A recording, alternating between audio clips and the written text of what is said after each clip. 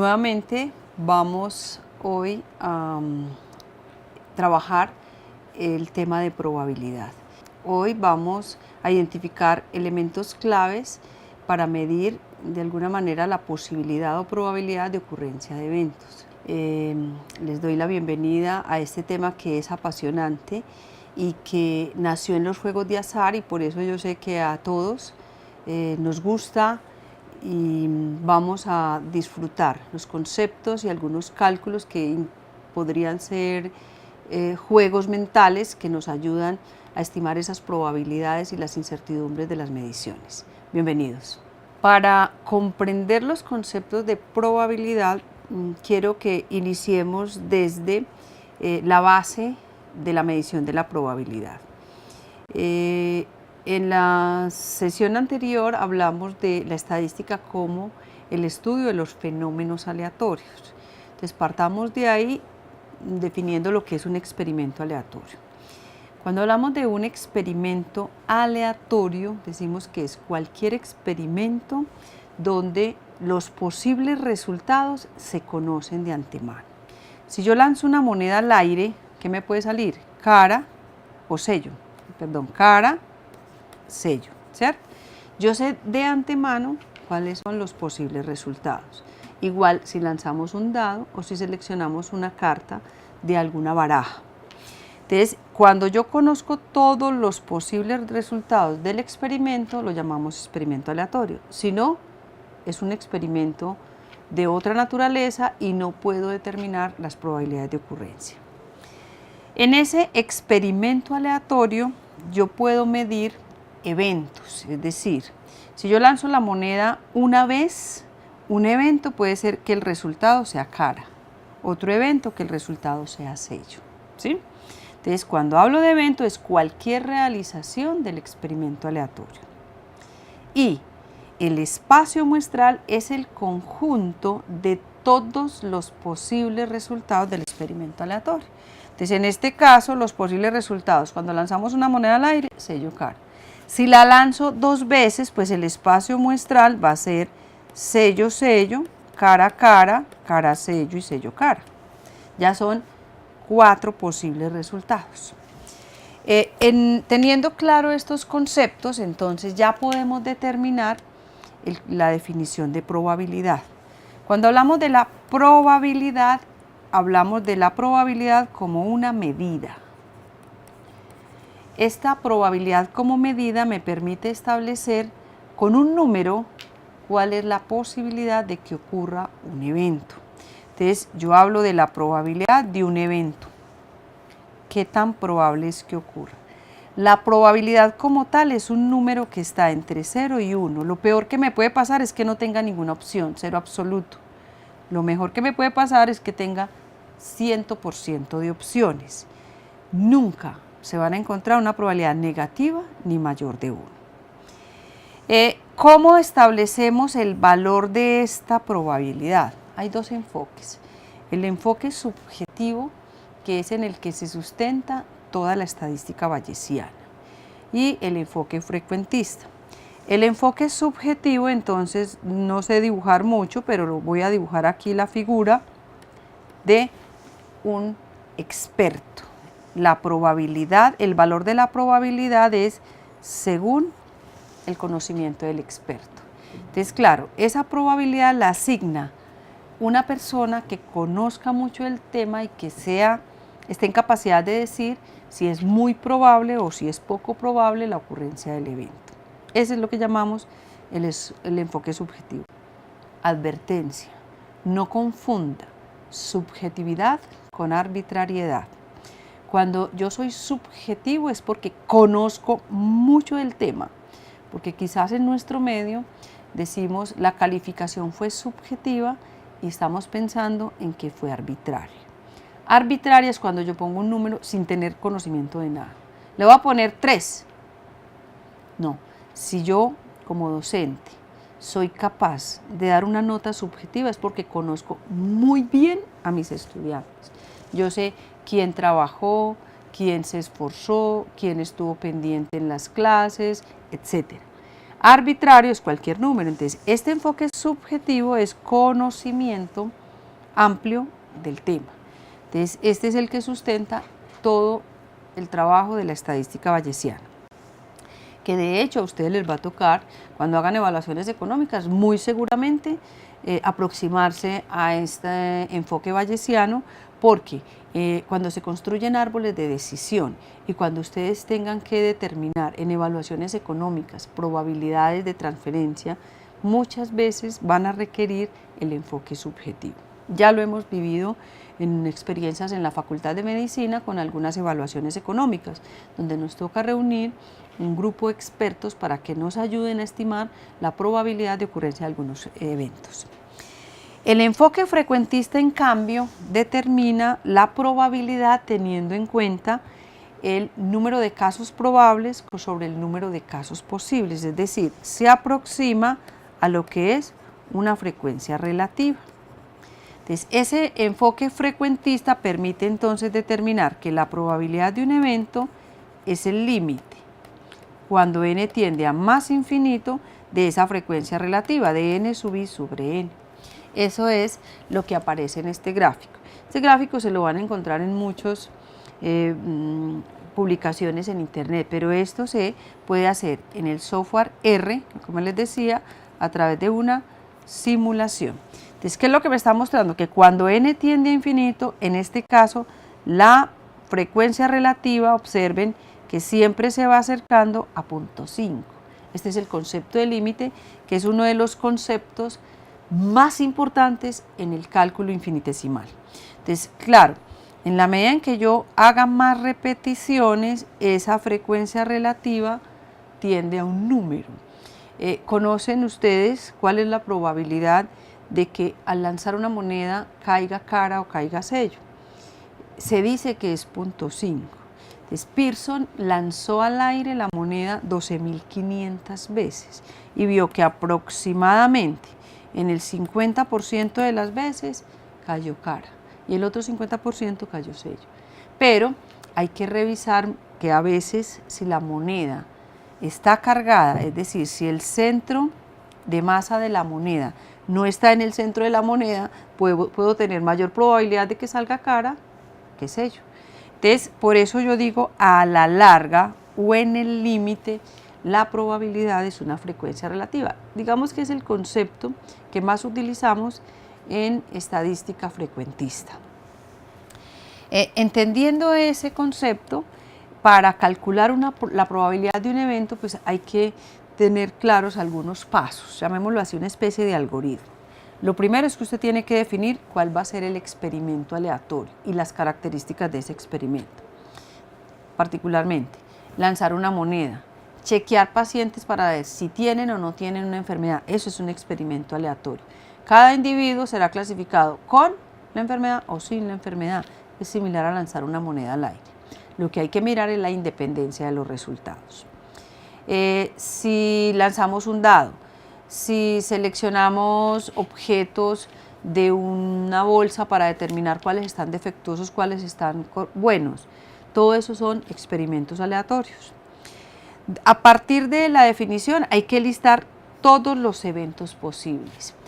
En ocasiones los eventos o el espacio muestral es continuo, entonces no es tan fácil hacer una lista uno a uno de los elementos, pero sí puedo determinar a través de intervalos de números reales los posibles valores. Por ejemplo, tiempo de supervivencia. Entonces, tiempo, yo puedo decir el tiempo de supervivencia está mayor o igual que 0 hasta 10 años. ¿Quién define estos límites? El que conoce los datos. O simplemente decir t mayor que 0. Entonces, el espacio muestral es el conjunto de los tiempos mayores que 0. Esto podrá tener un infinito, pues irse a infinito, pero generalmente eso, digamos que el límite superior no es tan grande. A partir de esa definición de los eventos simples, yo asigno probabilidad a cada evento simple. Entonces aquí es donde viene nuestro asunto importante. ¿Cuál es la probabilidad de cada evento? Entonces cuando yo lanzo la moneda al aire, ¿cuál es la probabilidad de cara? 1/2. Casos favorables sobre casos posibles. Estoy hablando del enfoque frecuentista.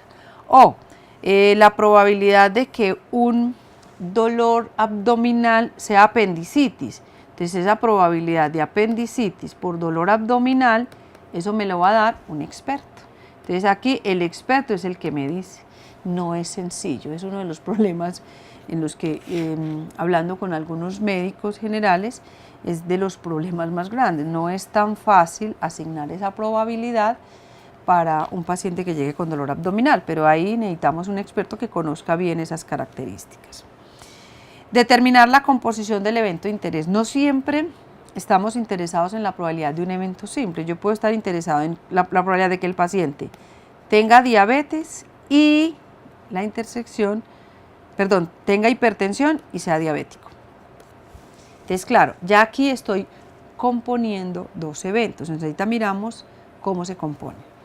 A partir de aquí, entonces, ya vamos al cálculo de la probabilidad. ¿Qué necesitamos para el cálculo de probabilidades? Necesitamos, obviamente, saber contar cuántos eventos son favorables, cuántos eventos son posibles y determinar si estoy componiendo eventos, cómo se componen, teniendo en cuenta la teoría de conjuntos que todos hemos aprendido desde la primaria incluso, cómo se hace una unión, una intersección o un complemento, y aquí vamos a mirar cómo se hace una probabilidad condicional. Vamos a hacer un ejemplo sencillo. Lanzamos una moneda al aire 3 veces y queremos ver la probabilidad de que los 3 resultados sean iguales. Ojo, se sabe que la moneda está cargada y una cara cae 3 veces más frecuente que un sello. Entonces, en primer lugar, definimos, ya el experimento aleatorio está aquí. En primer lugar, definimos el espacio muestral. ¿Cuáles son los posibles resultados? Entonces, cara, cara, cara, sello, sello, sello, y empecemos a combinar.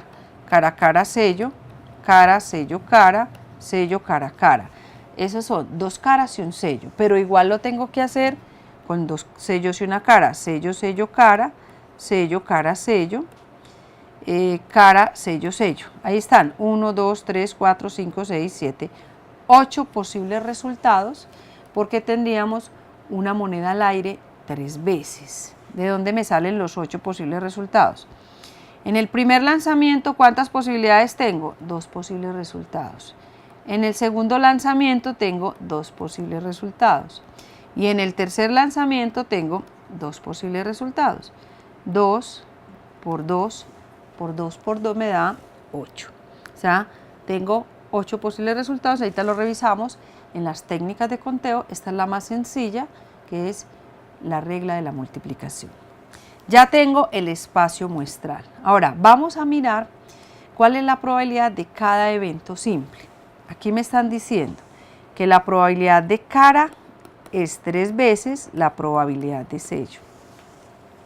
¿Cuánto me debe dar la probabilidad de cara más la probabilidad de sello? Eso me tiene que dar 1, que es la totalidad del espacio muestral. Si tengo estas dos ecuaciones, entonces es claro que 3 probabilidad de sello más probabilidad de sello me da 1, y esto implica que la probabilidad de sello es igual a 1/4. Con esta probabilidad es fácil deducir que la probabilidad de cara es 3/4. Y entonces, teniendo asignadas las probabilidades de los eventos simples, ya puedo establecer la probabilidad que me están preguntando. ¿Qué me preguntan? Quieren saber cuál es la probabilidad de que los 3 resultados sean iguales, o sea que la probabilidad de cara, cara, cara o sello, sello, sello. Entonces hacemos la probabilidad del uno y la probabilidad del otro. Ya enseguida lo miramos con las reglas de cálculo de probabilidades. Como les decía ahora, para poder determinar el número de casos favorables y el número de casos posibles, tenemos que contar. Todos aquí en este diplomado sabemos contar, eso creo, ¿cierto? Entonces, la primera regla fácil es la regla de la multiplicación. Si un evento de 1 puede ocurrir de n1 formas, un evento de 2 de n2 formas y un evento nk de nk formas, entonces los eventos E1, E2, EK pueden ocurrir todos de N1 por N2 por NK. Sencillo. si lanzamos una moneda al aire 3 veces, el primero puede caer de 2 maneras, cara sello. El segundo de 2 maneras, cara sello.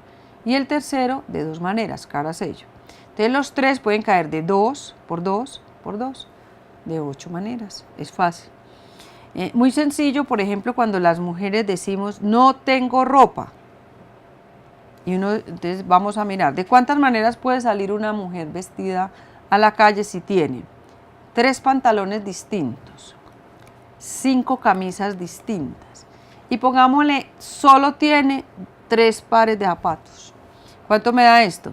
3 por 5, 15 por 3, 45. Tiene para mes y medio sin repetir. O sea que sí tiene ropa.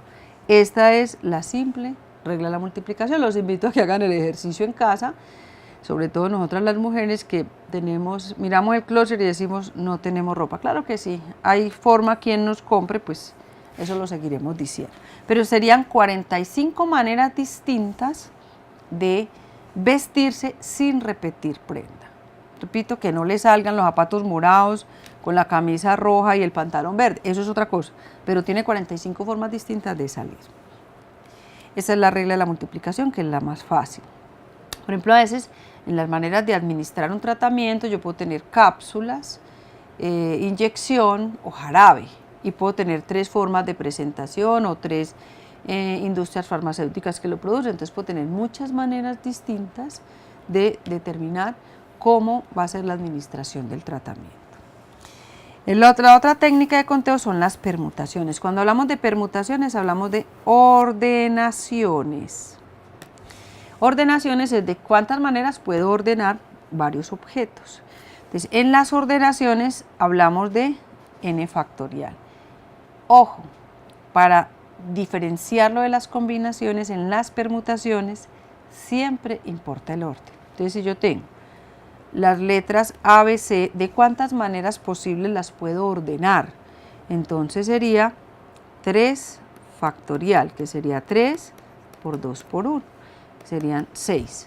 Este ejemplo pues es sencillo porque multiplicaciones con 5, con 6 ya son demasiadas permutaciones, pero este lo podemos hacer incluso manual. ¿De cuántas maneras? Entonces yo puedo hacer A, B, C, las que empiezan con A, C, B, las que empiezan por B, B, A, C, B, C, A, y las que empiezan por C, C, A, B, C, B, A. Ahí están 1, 2, 3, 4, 5, 6 maneras distintas de ordenar los objetos, ¿sí?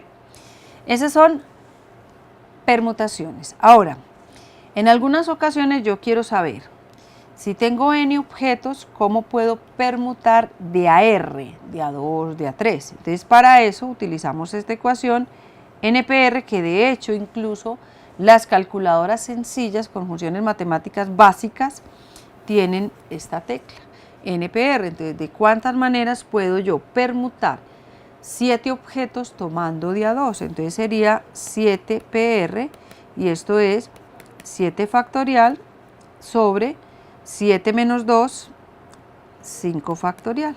Y esto es fácil, 7 por 6, por 5, por 4, por 3, por 2 y por 1. Y como abajo tengo un 5 por 4, por 3, por 2, por 1, esto se simplifica con esto y me da 7 por 6, 42. Es una cosa muy sencilla, esto es aritmética de coquito, Nacho lee, Nacho calcula. Multiplicaciones. En cambio, las combinaciones, entonces, aquí no importa el orden. En las combinaciones se trata de ver de cuántas maneras posibles yo puedo combinar n objetos tomados de a r. En este caso, entonces, tenemos, si yo tengo 5 combinados de a 3, ya son menos. No importa el orden. Ya vamos a mirar el ejemplo. Entonces, ¿cuántas formas tenemos de armar el comité? Tendríamos 5 factorial sobre 3 factorial por 5 menos 3 factorial. Y es fácil, ¿cierto? Miren que 5 factorial, como lo hicimos en el caso anterior, se cancela de alguna manera, se simplifica con 3 factorial y me queda arriba 4 por 5. Y 5 menos 3 da 2 y 2 factorial es 2, entonces esto me da 10. Tengo 10 maneras distintas de armar el comité. Como aquí no importa el orden, entonces aquí simplemente yo tengo digamos, las personas A, B, C, D, E, y yo puedo coger A con B con C, A con B con D. No puedo repetir A con B con E. Entonces ya ahí tengo 3. Y así sucesivamente. No podemos hacer B con A con C porque sería este mismo comité. No importa el orden. Ahí se los dejo para que ustedes logren terminar y encontrar las 10 formas distintas de armar un comité de 3 personas con 5 disponibles. Por eso a veces uno cuando dice trabajos en equipo, armemos de a 3, si tengo 20, acomódense como puedan, ¿cierto? Porque son muchas las posibilidades. Pero saber contar esto para el cálculo de probabilidades es sumamente importante. La probabilidad, entonces ya retomando lo que ya les dije, es cualquier función P que asigna a cada suceso del espacio muestral un valor numérico probabilidad de A. 3 condiciones importantes. La probabilidad siempre tiene que ser un número positivo. La probabilidad de todo el espacio muestral, este es mi espacio muestral completo. Espacio muestral siempre debe ser 1, claro, porque el espacio muestral está compuesto de varios eventos simples. Entonces la suma de todo me tiene que dar la totalidad. Y la aditividad es que la probabilidad de A unido B es igual a P de A más P de B. Esto en el caso de que A intersectado B sea igual a vacío, porque si no tengo que restarle P de A intersectado B. Esto es solo teoría de conjuntos. A unido B. A unión B. Recordamos cuando nos enseñaron desde los primeros años de la infancia la unión. ¿Qué pongo en la unión?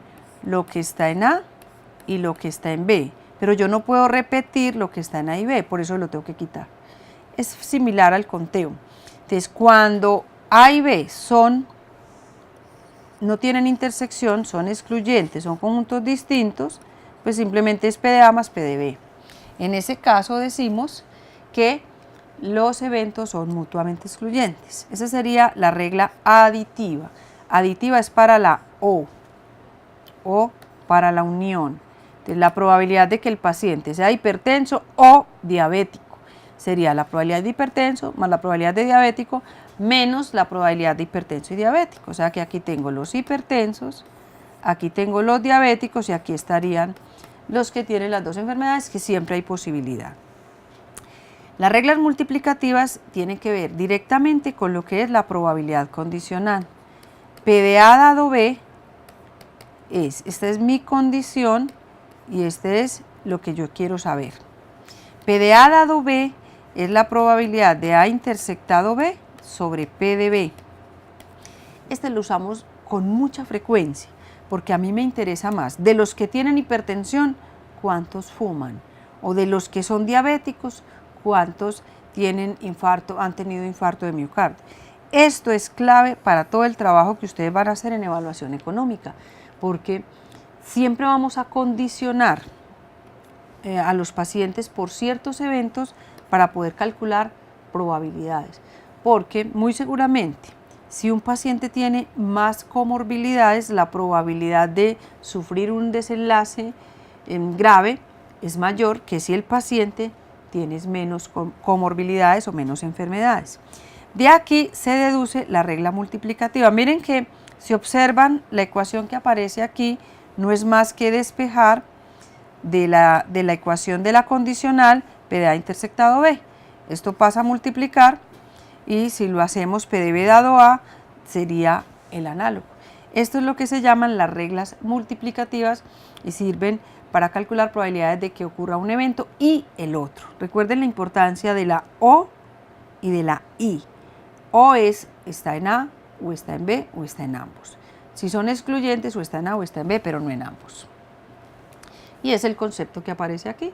Llamamos eventos mutuamente excluyentes a los que no pueden ocurrir simultáneamente. Por ejemplo, muerto vivo, o está muerto o está vivo. Yo no puedo tener pacientes que estén muertos y vivos a la vez. Entonces, en ese caso son mutuamente excluyentes. Y el otro concepto con las reglas de la multiplicación son los eventos independientes.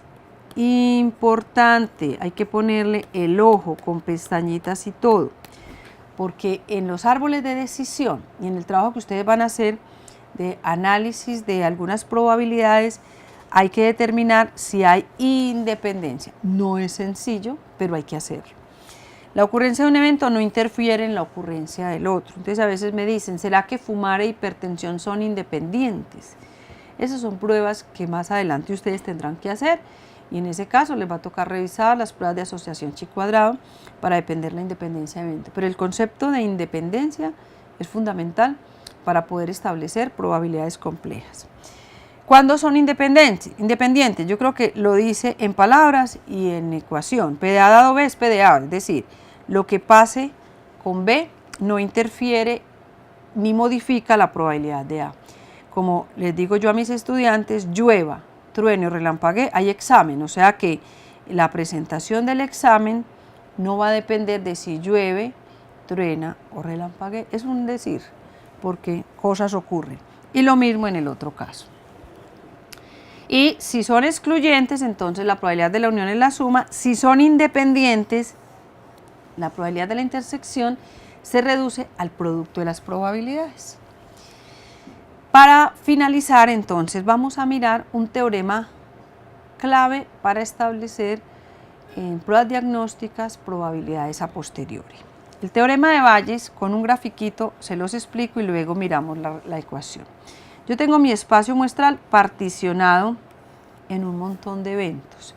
Los que tienen diabetes tipo 1, entonces llamemos esto A1, A2 y A3. ¿Sí? Tengo el espacio muestral particionado en 3 y tengo un evento común a los 3. Llamemos este mi evento B. Entonces, ¿qué es lo que establece el teorema de Bayes? Que yo puedo calcular la probabilidad de A sub I, o sea, de que ocurra uno de estos 3, dado que ya ocurrió B. Esta es la ecuación, entonces es simplemente la probabilidad de B dado A sub I por P de A sub I sobre la probabilidad, esto lo llamamos la probabilidad total. Entonces, ¿cuál es la utilidad de este teorema de Bayes? Si yo tengo en una población de enfermos y sanos y hago un diagnóstico y me sale positivo, yo quiero establecer cuál es la probabilidad de que el paciente esté enfermo, dado que ya el diagnóstico le dio positivo. Es decir, de los diagnósticos positivos, cuáles realmente están enfermos. Y entonces aquí es necesario recordar los conceptos de falsos positivos, verdaderos positivos, falsos negativos, verdaderos negativos. Esto es lo que llamamos el valor predictivo de una prueba diagnóstica. Entonces, también en evaluaciones económicas, eso es muy importante, porque esta es la probabilidad de enfermedad, en este caso, a posteriori. Y esta P de A sub I sería la probabilidad a priori, que es la probabilidad de enfermedad en la población.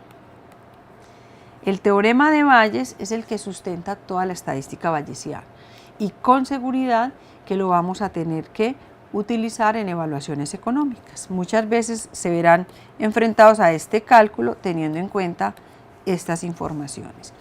La probabilidad de diagnóstico positivo, dado que está enfermo, es lo que se conoce como la sensibilidad de una prueba diagnóstica.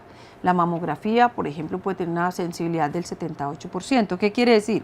Que dado que la paciente tiene un CA de mama, la probabilidad de que el diagnóstico le diga que sí lo tiene es del 78%. Como ven, no es 100%. Por eso, un solo examen no te puede confirmar si tiene CA de mama o no tiene CA de mama. Esta es la sensibilidad y esto se utiliza en el teorema de Bayes para poder encontrar el valor que predice la positividad de la prueba. En el libro de Daniels de bioestadística, que lo encuentran, o incluso en Fisterra también, encuentran todo sobre sensibilidad, especificidad, valores predictivos positivos, valores predictivos negativos, para aplicar el teorema de Bayes. No es una cosa del otro mundo, es sencillo.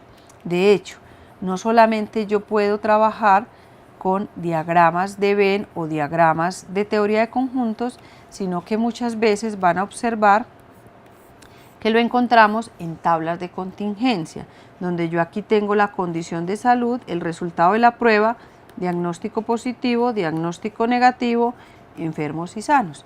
Y a partir de aquí es muy fácil obtener la sensibilidad, la especificidad y con la prevalencia de la enfermedad en la población encontrar estos valores. Este es un ejemplo sencillo. En la sala de pediatría en hospital el 60% de los pacientes son niñas. De los niños el 35% son menores de 24 meses, el 20% de las niñas tienen menos de 24 meses y entonces con estas condiciones usted puede determinar la probabilidad de que sea menor de 24 meses. Solo un dibujito. Yo tengo aquí, tengo 60% de los pacientes son niñas, entonces puedo decir niñas, voy a poner NA y niños NO. Y cuáles tienen aquí menos de 24 meses. Entonces, a partir de ahí, usted obtiene las intersecciones y puede obtener esta probabilidad y esta probabilidad. La invitación hoy es a que resuelvan el ejercicio y en nuestro encuentro revisemos cómo les dio. Yo se los entrego resueltos y comparamos los resultados que ustedes obtuvieron con los resultados que dan con el teorema de Bayes. Para finalizar hoy entonces lo que quiero es que revisen el uso de la probabilidad en la evaluación económica. En la revisión crítica de literatura van a encontrar ustedes en muchos análisis el valor P de las pruebas de hipótesis. Ese valor P es una probabilidad. La probabilidad de que esos resultados se deban al azar. Ese es uno de los grandes usos. En análisis de decisión, cuando construyen árboles de decisión, necesitan mirar probabilidades y aquí van a usar mucho el enfoque bayesiano. Revisen en esos modelos que encuentran. En la construcción de modelos explicativos yo quiero mirar y igual a f de x más un término de error. Entonces es mirar la forma probable de relación entre y y x. Estableceremos esas probabilidades. Y en la construcción de modelos predictivos también yo hablo de y igual a f de x más un término de error, pero este modelo para la predicción, ¿sí? Para la predicción de un evento y establecer qué variables aumentan la probabilidad de que ocurra o establecer qué variables disminuyen la probabilidad de que ocurra. Esto es lo que quería tratar de probabilidad. Repito, ustedes pueden ampliar sus conocimientos en la página www.fisterra.com o en cualquier texto de estadística. Ustedes van a cualquier biblioteca y libros de estadística hay muchos. Hay uno que yo les recomiendo para esta parte de probabilidad, que es el libro de Walpole. Quiero agradecerles y insistirles en que esto se aprende si ustedes estudian. De hecho, mi consejo es que revisen los temas con papel y lápiz en mano, porque esto no es para leer solamente mirando el texto, sino que hay que hacer por lo menos los ejemplos del texto para que comprendan los conceptos que vamos a requerir y que ustedes van a requerir en evaluaciones económicas de tecnologías en salud.